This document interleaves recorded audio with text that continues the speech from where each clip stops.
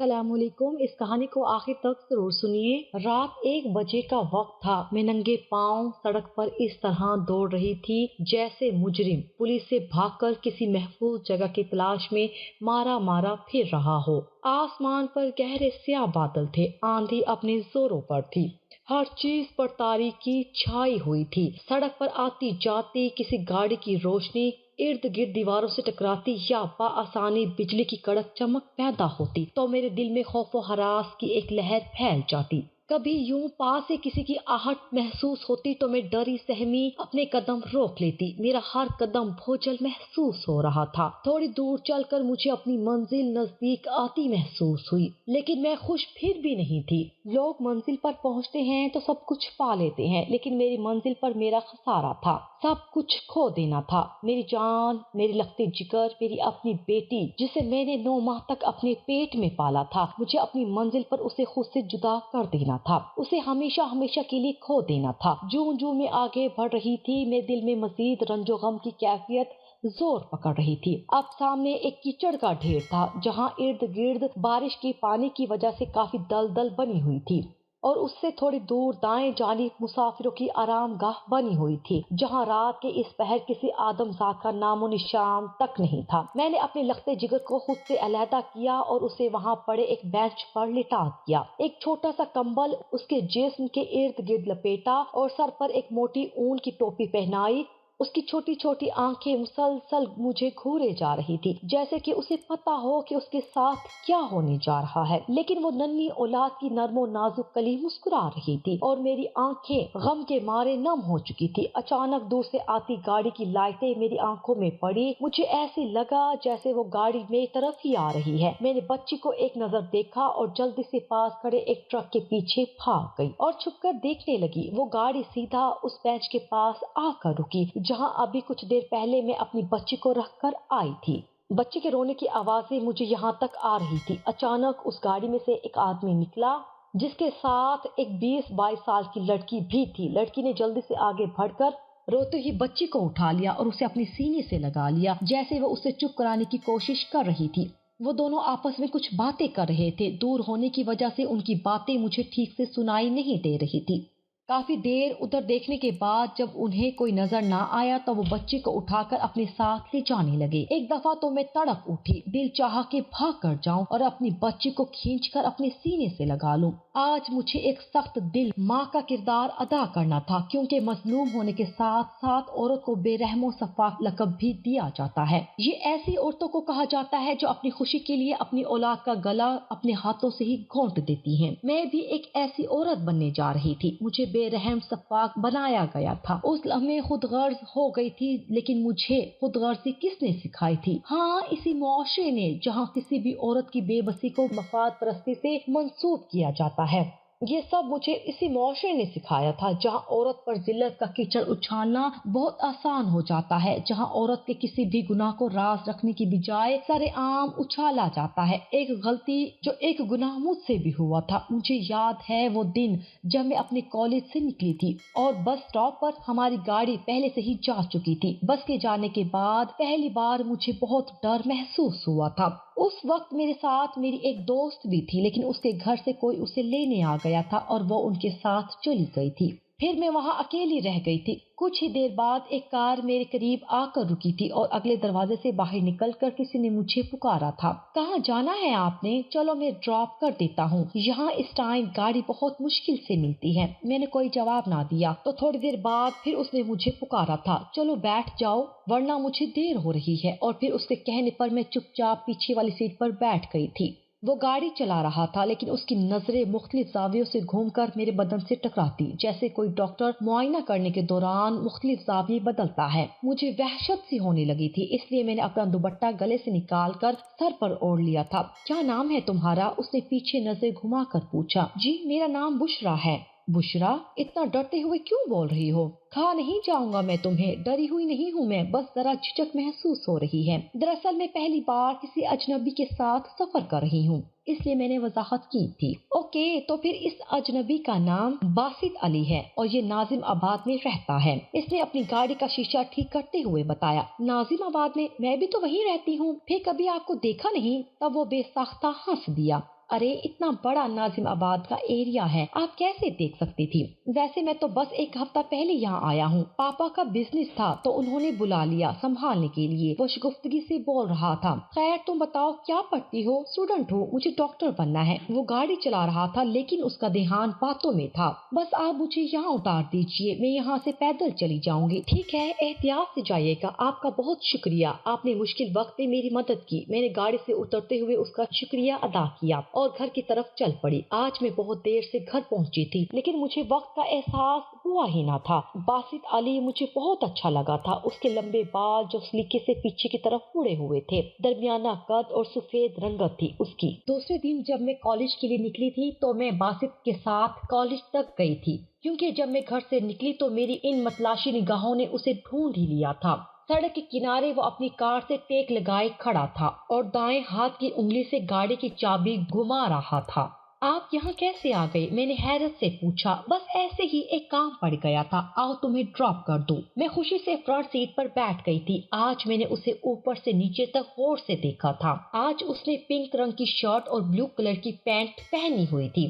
Black چشمہ لگا کر تو وہ بہت ہی خوبصورت لگ رہا تھا اور باتیں تو وہ کمال کی کرتا تھا، ہنسا ہنسا کر میرا برا حال کر دیتا تھا۔ اب میرا روز کا معمول بن گیا تھا، میں روزانہ اس کے ساتھ کالج جاتی اور واپسی پر بھی وہ مجھے گھر تک چھوڑ دیتا۔ کبھی کبھار اس کے ساتھ سارا دن گھومتی رہتی، وہ مجھے شاپنگ کرواتا، کسی اچھے سے ہوٹل میں کھانا کھلاتا اور چھٹی کے وقت تک مجھے گھر کے پاس چھوڑ جاتا۔ میں بہت خوش تھی۔ وقت گزرنے کے ساتھ ساتھ ہماری یہ دوستی کب محبت میں بدل گئی مجھے تو کچھ پتا ہی نہ چلا۔ وہ جب بھی مجھ سے دور ہوتا تو میں غمگین ہو جاتی اور اگر ناراضگی ظاہر کرتا تو میں رونے لگ جاتی تھی اور اگر پیار بھری نظروں سے دیکھتا تو میں خوشی سے پھولے نہ سماتی تھی۔ اس روز شام کے وقت مجھے باسط کی کال آئی تھی۔ کدھر ہو؟ کیا کر رہی ہو؟ میں نے کال ریسیو کی تو اس نے پوچھا۔ گھر پر ہی ہوں اور آپ کو یاد کر رہی ہوں۔ اچھا تو پھر ایسا کرو کہ آ جاؤ ادھر، میرے ہی فلیٹ میں تمہارے لیے زبردست کافی بنائی ہے میں نے اور اسی لیے تمہیں کال کر رہا ہوں۔ گھر آنے کو کہا تو مجھے عجیب سا محسوس ہوا لیکن میرا دل بھی کر رہا تھا اس سے ملنے کو، اس لیے میں نے اسے کہا اچھا اس وقت تو نہیں آ سکتی کیونکہ پاپا بھی گھر پر ہیں۔ میں نے معذرت کرنا چاہی لیکن اگلے ہی پل اس کی طرف سے ایک بہانہ سننے کو ملا تھا۔ تم ایسا کرو کسی دوست کے بہانے آ جاؤ نا، دیکھو مجھے بھی تم کتنا یاد آ رہی ہو۔ اچھا میں دیکھتی ہوں، اگر موقع ملا تو آؤں گی ورنہ پھر کبھی۔ میں نے اس سے کہا اوکے پھر میں انتظار کرتا ہوں۔ اور ہاں سنو، تم وہ بلیو کلر والا سوٹ پہن کر آنا، کتنی خوبصورت لگتی ہو تم اس کلر میں۔ اوکے ابھی انتظار کرو، میں کسی طرح کوئی بہانہ تو بنا لوں۔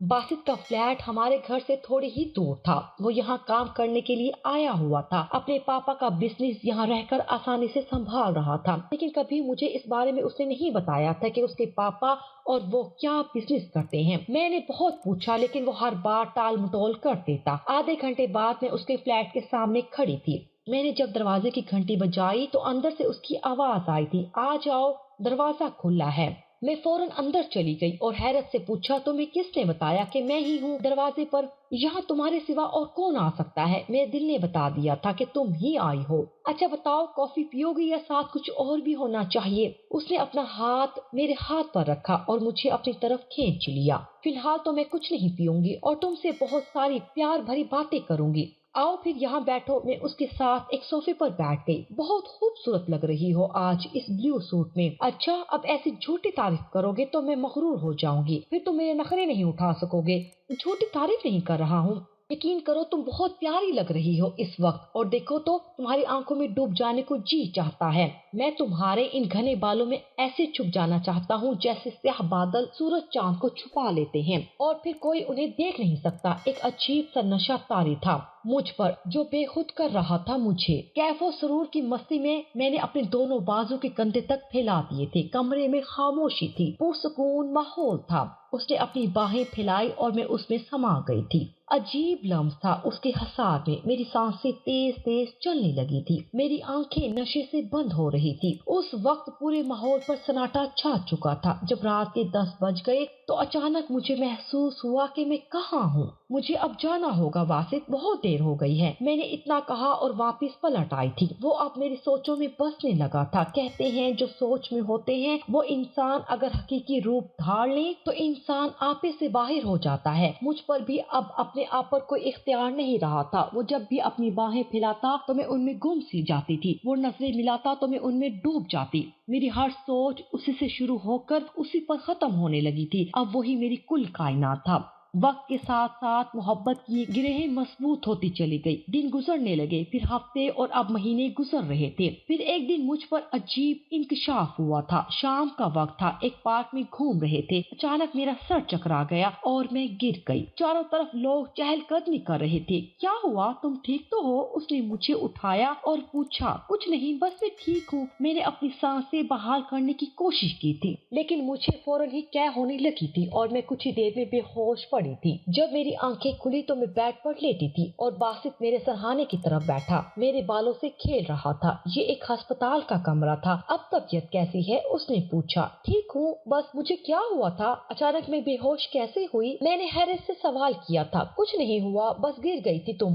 پھر کیا ہوئی اور تم بے ہوش ہو گئی تھی؟ تھوڑی دیر کے لیے کمرے میں خاموشی چھا گئی اور پھر باسط نے میرے کانوں میں سرگوشی کی۔ جی باسط، میں نے آہستگی سے جواب دیا۔ ڈاکٹر کہہ رہے تھے کہ تم ماں بننے والی ہو۔ اس نے اتنا کہا اور میں نے اپنا منہ دوسری طرف پھیر لیا تھا۔ مجھے حیرت کا ایک شدید جھٹکا سا لگا۔ زمین جیسے پاؤں تلے سے نکل چکی تھی اور آسمان کا سایہ سر پر سے اٹھ چکا تھا۔ میں پھر بھی خاموش تھی۔ میں نے ایک فیصلہ کیا تھا، بچے کو جنم دینے کا فیصلہ۔ اب کیا ہوگا باسط؟ میں نے گھبراتے ہوئے لہجے میں کہا۔ تم اسے ضائع کروا سکتی ہو، گھبراتی کیوں ہو؟ باسط نے مجھے تسلی دیتے ہوئے میرا ہاتھ اپنے ہاتھوں میں لیتے ہوئے کہا۔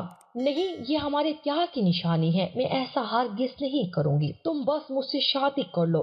اچھا، تم جیسا کہتی ہو ویسا ہی ہوگا، باسط میری تیز آواز سے گھبراتے ہوئے بولا۔ باسط نے تو مجھ سے کہا تھا کہ ہم دونوں شادی کر لیں گے اور 1 سال تک ہم اپنے بچے کو کسی کی ذمہ داری میں دے کر پرورش کروائیں گے اور پھر خود ہی اڈاپٹ کر لیں گے۔ لیکن وقت آنے پر کیا کیا بدل جاتا ہے یہ کوئی نہیں جان سکتا۔ میری زندگی کا رخ ایک دفعہ پھر بدل گیا۔ وہ دن میری زندگی کا سیاہ ترین دن تھا۔ میں باسط کی محبت میں سب کچھ بھول چکی تھی، حتیٰ کہ ان ماں باپ کی عزت کا بھی بھرم نہیں رکھا تھا جنہوں نے میری پرورش میں محبتوں کے بے دریغ خزانے لٹائے تھے۔ میں وہ جنت فراموش کر کے باسط کے پاس آ گئی، یہ سوچے بغیر کہ میرے گھر چھوڑ جانے سے میرے ماں باپ پر کیا گزرے گی۔ میں نے باسط کے کہنے پر اپنا گھر، اپنے والدین، اپنے بہن بھائی سب کچھ چھوڑ کر ہمیشہ کے لیے اس کے پاس آ گئی تھی۔ باسط نے مجھے کہا تھا کہ اب ہم شادی کر لیں گے اور اپنی زندگی ایک نئے سرے سے گزاریں گے۔ اب میں باسط کے ساتھ اس کے فلیٹ میں رہ رہی تھی۔ میں باسط کو روزانہ کہتی کہ اب ہمیں نکاح کر لینا چاہیے، مگر وہ مجھے ہر بار یہی کہتا کہ میں نے قسم کھائی ہوئی ہے، جب تک میں اپنی ذاتی فیکٹری نہیں لگا لیتا تب تک میں نکاح نہیں کروں گا، اور مجھے فیکٹری لگانے میں 8 ماہ کا عرصہ لگے گا۔ میں اتنا کچھ ہونے کے بعد بھی سمجھ نہ سکی اور اس کی باتوں کو سچ سمجھ کر خوش ہو جاتی۔ وہ مجھے روزانہ کہیں نہ کہیں گھمانے لے جاتا اور میں جس چیز کی بھی فرمائش کرتی وہ اسی وقت میری ہر فرمائش کو پوری کر دیتا۔ پتہ ہی نہیں چلا اور 9 ماہ کا عرصہ ایسے ہی گزر گیا۔ ایک دن اچانک میری طبیعت خراب ہوئی، شاید بچے کی ڈلیوری کا وقت آ گیا تھا۔ باسط مجھے گاڑی میں بٹھا کر جلدی سے ہسپتال لے گئے۔ لیڈی ڈاکٹر جلدی سے مجھے آپریشن تھیٹر میں لے گئی۔ جب مجھے ہوش آیا تو میں ہسپتال کے ایک کمرے میں پڑی ہوئی تھی۔ میرے دائیں بازو پر ڈرپ لگی ہوئی تھی، بائیں بازو پر میری لگتے جگر لیٹی تھی۔ میری پری جیسی بیٹی اپنی چھوٹی چھوٹی آنکھوں سے مجھے دیکھ رہی تھی اور سامنے دروازے کی اور میں کھڑی 2 نرسیں بھی مجھے اور کبھی بچی کو دیکھ کر مسکرا رہی تھی۔ مبارک ہو، بہت پیاری بیٹی ہے، انہوں نے خوشی سے مبارکباد دی تھی۔ تھینک یو، میں نے بچی کا ماتھا چومتے ہوئے اس کا شکریہ ادا کیا تھا۔ اللہ اس کے مقدر بھی اچھے کرے، دوسرے نے دعائیں کلمات کہے۔ تب باسط میرے نزدیک آیا، مجھے بیٹی کی مبارکباد دیتے ہوئے اس نے کہا کہ آج اس فیکٹری کا کام مکمل ہو گیا ہے۔ آج اسے اللہ تعالیٰ نے 2 خوشیاں دی ہیں اور اب وہ اپنے بابا کے پاس جا رہا ہے انہیں منانے کے لیے تاکہ ہم نکاح کر سکیں۔ عصر کا وقت ہو رہا تھا، میں انتظار کرنے لگی تھی اور پھر یہ انتظار بڑھتا گیا۔ ایک رات بیت گئی، پھر 2 دن اور پھر 10 دن بھی گزر گئے، لیکن وہ نہ آیا۔ شاید اس کو اب آنا ہی نہیں تھا۔ مجھے ایک نرس نے بتایا کہ اس نے دیکھا تھا کہ جب باسط جا رہا تھا تو وہ ایک ٹیکسی میں تھا جس پر 2 بریف کیس بھی لدے ہوئے تھے۔ اس نے کہا تھا کہ وہ پہلے ہی یہ بات مجھے بتا دیتی، لیکن میری حالت خراب کی وجہ سے وہ چپ رہی۔ میرے ذمہ واجب الادا بل بھی اس نے مجھ پر ترس کھا کر ادا کر دیے تھے۔ باسط کہاں چلا گیا تھا یہ تو میں نہیں جانتی تھی، لیکن آج 11 دن بعد میں وہاں سے نکل آئی۔ میں سیدھا باسط کے فلیٹ پر گئی، مگر وہاں تالا لگا ہوا تھا۔